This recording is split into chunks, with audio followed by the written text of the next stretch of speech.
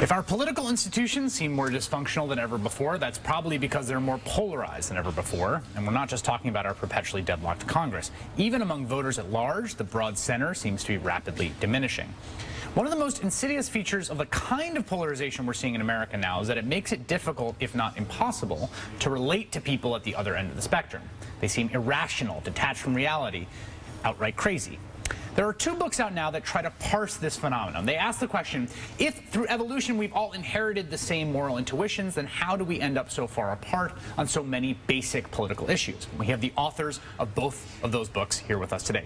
Chris Mooney, who, as I mentioned before, is the author of The Republican Brain. And joining us now at the table is Jonathan Haidt, professor of psychology at the University of Virginia, and author of The Righteous Mind, Why Good People Are Divided. Thanks for joining us this morning. So I think this is, in some ways, the most important single issue to figure out and discuss, because fully agree. I have personally evolved in my thinking about polarization, in that I used to be very pro-polarization. I used to think that people's concerns about polarization were this bougie establishment elite concern, and us, the vanguard of righteousness, needed to squash our foes. And I've now realized that to get change on the scale we need, and particularly my sort of preoccupations on climate change, you just can't get it under the current conditions of polarization. You just cannot get it. So the question is, you have to solve that problem first before you solve the bigger problem. Let me start with you, Chris. Yeah. The book is called The Republican Brain, and it's a really good read. What is the nature of the Republican brain that makes it distinct, or the conservative brain that makes it distinct from the liberal brain? Well, I think it's rooted in personality. Personality is politics, and there's a ton of research showing that the average liberal is much more open to new experiences, new information, trying out new things, and has somewhat of a different cognitive style than the average conservative. And that means tolerating ambiguity, uncertainty, change more, and it makes them psychologically aligned with the scientific community. It's sort of a natural relationship. And so then when you see a divide over reality and what's true, and you see the liberals align with the scientists, you should think that's normal. That's kind of the way. And that's because there's a kind of personality disposition that is an alchemical mix of nature and nurture, right? Nature, nurture, that yes. Produces in people a way of approaching the world that is prior to their politics, but then ends up essentially forming their politics. Yeah, that's and their politics probably feeds back into who they are as well, right? So it's always in both directions. But partly personality is genetic. We know that. And, yeah. Jonathan, one place for the two of you, I think there's some points of contention between your two accounts, but the one place that the one place you share, which I think is a profound insight and is drawn from the social psychological research at this point, is that reason is essentially constructed ex post to come up with reasons to justify things that we already arrive at viscerally and through intuition. And I want to play this clip of Glenn Beck. He's talking about these leaked emails that the right turned ClimateGate, which they said completely disproved the consensus on global warming, which of course it did not. And he's explaining why this evidence is so important. And he basically makes the argument for this kind of ex post reasoning explicitly. Here he is. If your gut said, wait a minute, this global warming thing, it sounds like a scam. Well, I think you're seeing it now. We told you this was going on without proof because we listened to our gut. You'd never believe me. But once again, here we are with yet another brand new reality. Now, this is highly ridiculable, but what you both are saying is that actually the research and science says we listen to our gut and then we come up with reasons, right, John? That's right. So what we've seen for a long time now is that the Republicans are better at moral psychology than the Democrats. And, you know, George Lakoff was saying this, Drew Weston was saying this. The left tends to cling to this idea that if you just, if you construct the message vehicle in the right way and put the ideas and the evidence out there, it will go into people's brains and change their minds. And that's just not the way it works. So, Beck and Colbert and many Republican strategists understand you've got to speak to the gut first. But one of the points I want to make is that while I fully agree with Chris has done a great job surveying the literature. I want to give him the stamp of approval. He is not cherry-picking. He is representing the current state of thinking about politics and personality. But the one point that I really want to make is that morality binds and blinds. It binds people into teams, and then on those teams they look for evidence to support what they want. Both sides do it. And the key thing that I want to introduce here is we all do it around our sacred values. So if we go back 20 years, I would have an easier time finding denial of science on the left than on the right. But you can't see it if you're on the left. But in my own field, in psychology, because the left really sacralizes all these issues about race differences, gender differences. Those are so scary that on the left, there's 30 or 40 years of more than ambivalence, denial of heritability, IQ, innate sex differences. So what Larry Summers ran up against in his comments about women in science. That's right. I would really urge people, if you just Google Larry Summers, women in science, if people would read the transcript, it is as nuanced and careful as a person can be, especially when talking about a field that's not their own. And it's bizarre that the left reacted so strongly to it, but it's the same sort of. It's not bizarre. It's not bizarre, actually. I want to explain why it's not bizarre right after we take a very quick break. Okay. Do you know you have more nerve endings in your gut than you have in your head? You can look it up. Now I know some of you are going to say I did look it up, and that's not true. That's because you looked it up in a book. Next time, look it up in your gut. Stephen Colbert giving us a brief gloss of a central thesis here. Let's talk about this point of contention, because Jonathan, you're saying, look, we all sort of morally reason in the same way, or we all end up in teams, and then we reverse engineer reasons to believe in what our team predisposes us to believe, what they believe, and that cuts across left and right. And you're saying, no, actually, there's something distinct right now in the nature of the both personality and institutional makeup of the American right that makes it distinctly and extremely hostile to science. So, defend that view. I agree with him that everybody reasons based on emotion. And I agree that there's experiments when you can get the left to be more biased than the right if you push certain emotional buttons. So I agree with that. Nevertheless, I think there's something about the liberal psychology in its affiliation with the scientific community and its willingness to change its views over time, such that you might have some liberal biases, but over time they're going to more find the truth. And I think evolution is a great example. So for instance, I'm a liberal. I think you can't understand human beings outside of evolution. All right, so clearly, maybe 3 decades ago, I wouldn't have been comfortable feeling that way, but I missed all that, you know, and I'm all for it. And the left, I think, is largely changed on that. Well, you have the right. Denial of evolution is over 100 years old, and it's not just denial of little things. All right, these people think that the Earth is less than 10,000 years old, and they deny. They deny everything. Right.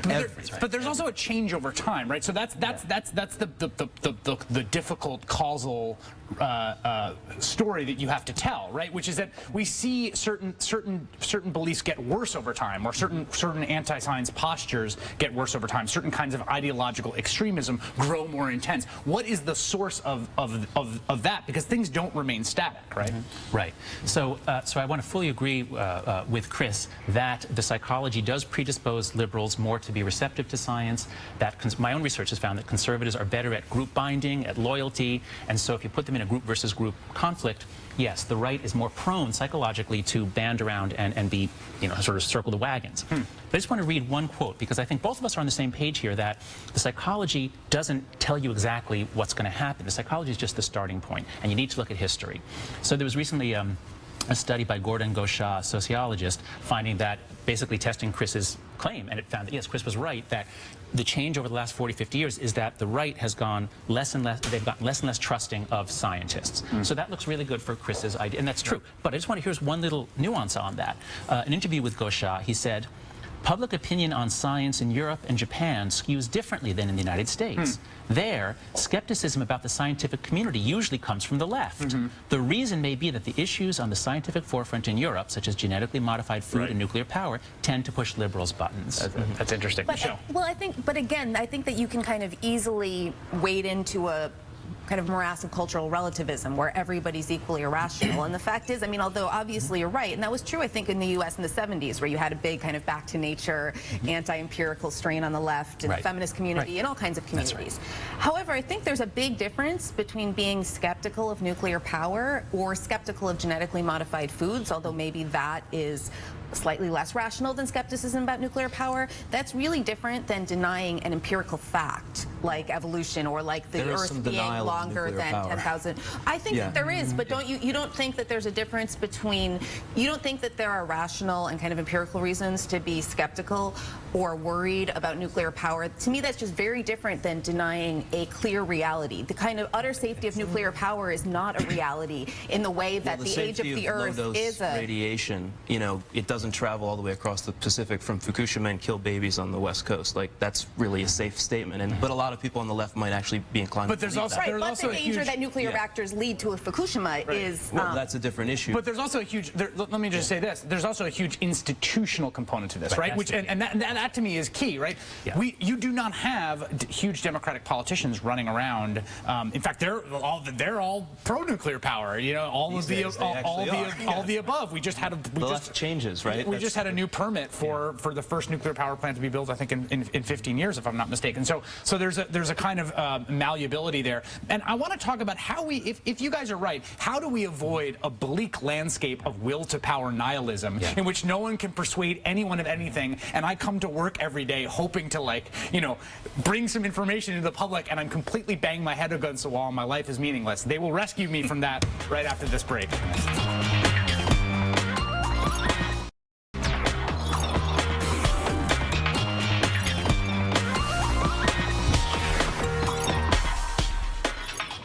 Good morning from New York. I'm Chris Hayes, here with Columbia linguistics professor John McWhorter, also of the New York Daily News, Michelle Goldberg from Newsweek and the Daily Beast, Jonathan Haidt, professor of psychology at the University of Virginia and author of The Righteous Mind, Why Good People Are Divided, and Chris Mooney, author of The Republican Brain, The Science of Why They Deny Science and Reality. We're talking about the ways in which people do their political and ideological reasoning, I think is the common topic here.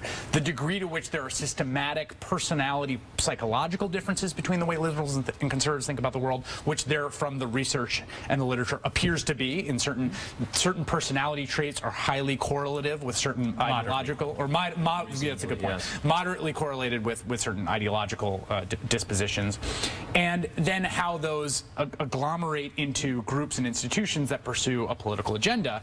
And the key locus, or the key insight from which both books spring, is the fact that we don't reason in the way that we, you know, as in the enlightenment mode of I throw out a reason, you throw out a reason, we wrestle with them, I'm persuaded, you're persuaded, then we come to an agreement. No, we have these intuitions. Those intuitions are formed by all sorts of things: personality, relationships, our cultural embeddedness, and then once we use those intuitions to arrive at things that our values, right? We say this is sacred, or this is important, or I like equality.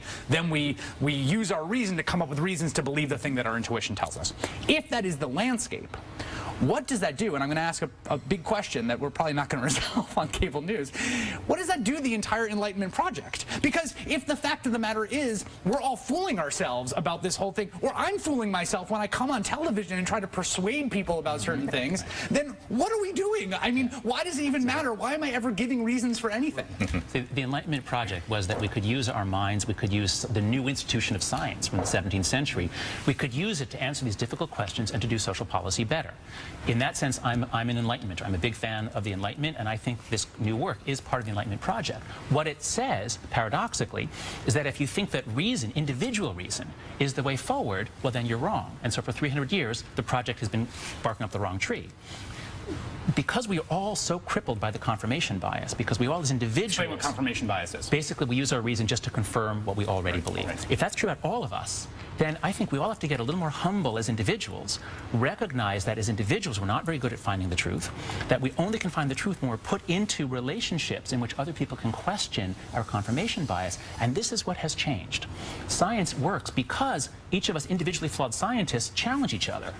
And so as Chris says, over time, the scientific community does update, whereas, say, the religious right may not. Okay. Chris, this one is aimed probably mostly at you, but I'd like to know the take of both of you on this. This idea of there being a conservative personality. A few years ago, I proposed, it was on Blogging Hits. I'm very interested in evolution. I love biology.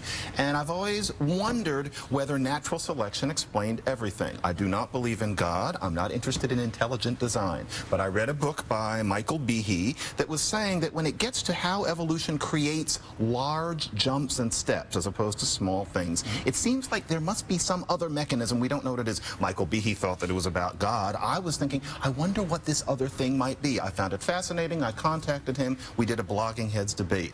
I had a new one, several new ones torn out of me by the Blogging Heads community. The liberal scientists thought that I was the worst thing people writing. I've never seen someone so high fall so low so quickly. And all of this was the kind of behavior that is associated with conservatives. There was a circling of the wagons, not reason, because I was trying to make sense. I wasn't making a godly argument. That happened, it's over. But it leads me to think that this is perhaps human behavior. How do we fit in that even with evolution, the facts are not always as clear completely as we're told, and that if you dare to question this, if you dare to say anything about it in public, Michael Behe as a the scientist? scientific community is really, that's intelligent design. I mean, the scientific community is extraordinarily strongly rejected that. And if they get a little upset when you bring it up, it's because it's a direct assault to their scientific expertise. Sure. I'm not sure that that's the same But I thing mean, as a even if you conservative say, I don't believe that it's intelligent design, it's not about God, but is there Michael something, Behe is there does. something else? But I don't think leading scientists design agree with him proponent. that there are big gaps in the theory of evolution, right? He essentially is putting God in the process, or implying that God's in the process. So if you bring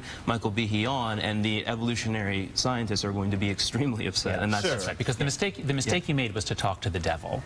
So a principle in my book is follow the sacredness, and around it you'll find a ring of motivated ignorance.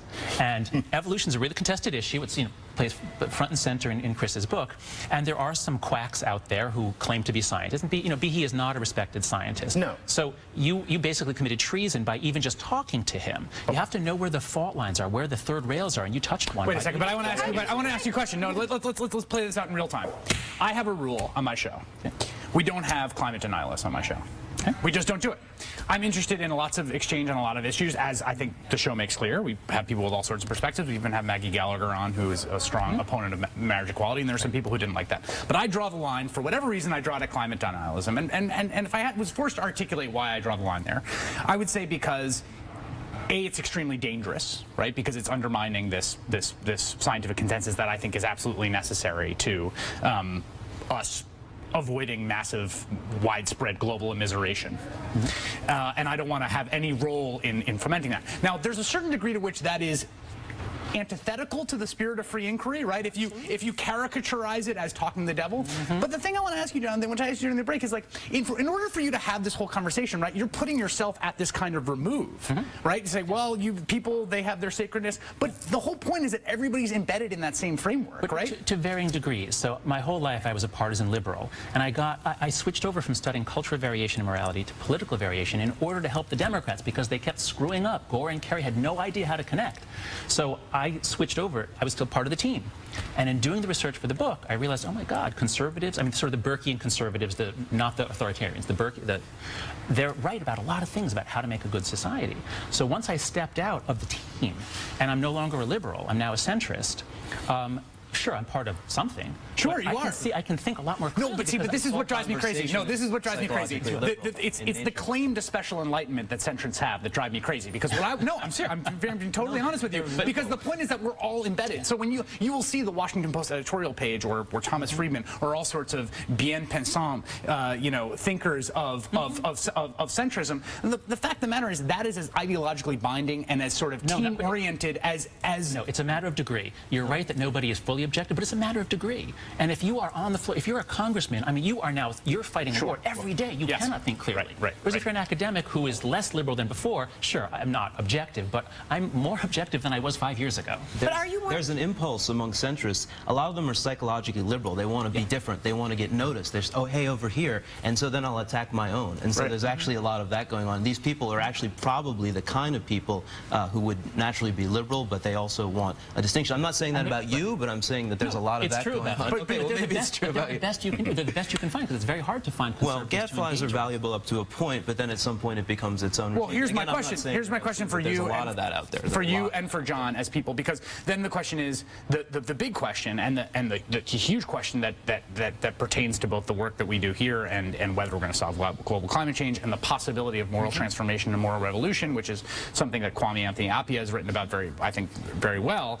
is how can people change, right? I mean, what is the process? And John, you're someone who I think has had real changes, real evolution in your thoughts, particularly, I think, even just institutionally in the teams you were associated with. You were identified as a conservative. You had, you know, we're at a conservative think tank, and now I don't think identifying those terms anymore are not institutionally affiliated with that team. And my question is, what hope is there for the process of that kind of change if the kind of psychological mechanisms you're writing about are there? You have to approach it indirectly. You're not going to reason people into agreement or even into discussion. Do the part about Dale Carnegie, because I think this is a very important argument. You can't reason people if you push their emotional preferences. But what you can do, what you have to do is you have to try to foster relationships. So as you know, as Beach said, you know, relationships open our minds and open our hearts. This is the Reverend we just talked to, Jasmine Beach-Ferraro, who's making that So, point. for example, there's a group called livingroomconversations.org, and they try to, you get a liberal and a conservative who are friends, who know each other. There are still some out there, pairs. You get them to have a dinner party. You bring people together, and it's important to share food. So if you do indirect methods, you take advantage of the social judgments come first, then the reasoning comes after. If we want to reach agreement, it's going to be by bringing people together in good circumstances where they can actually open their minds. And also hearts. realizing that people are not convinced when they feel attacked. And Dale Carnegie's How to Win Friends and Influence People sounds a little corny now, but actually it's very useful today if you get past the slightly archaic language, in that you talk to people, you try to figure out what's going on in their minds, imagine what it would be like to think as them, and then try to change what they might think by pointing out certain discrepancies and realizing that people don't change in front of you. That it's a gradual process and that it's never complete. But I think often we don't change each other's minds because we suppose that being colorful and rhetorical is effective when it almost never is. I have a different proposal. It may not work, but it would be nice. Is it actually if liberals and conservatives alike would admit the truth of the research we're talking about? Because essentially we're getting right now a lot of conservative denial of the science of ideology. If it was broadly admitted, then we could agree that we all have strengths and weaknesses, and then we would just say, you know, some people good at this, some people good at that. You're not inherently better, you're not inherently worse, and then actually you might have a ground for cooperation. But the problem is that now this science is the new field of denial. All right, I want to thank our guest, Jonathan Haidt, for coming on today. It's a really fascinating book, author of The Righteous Mind, and this was a really good conversation. I want to keep this going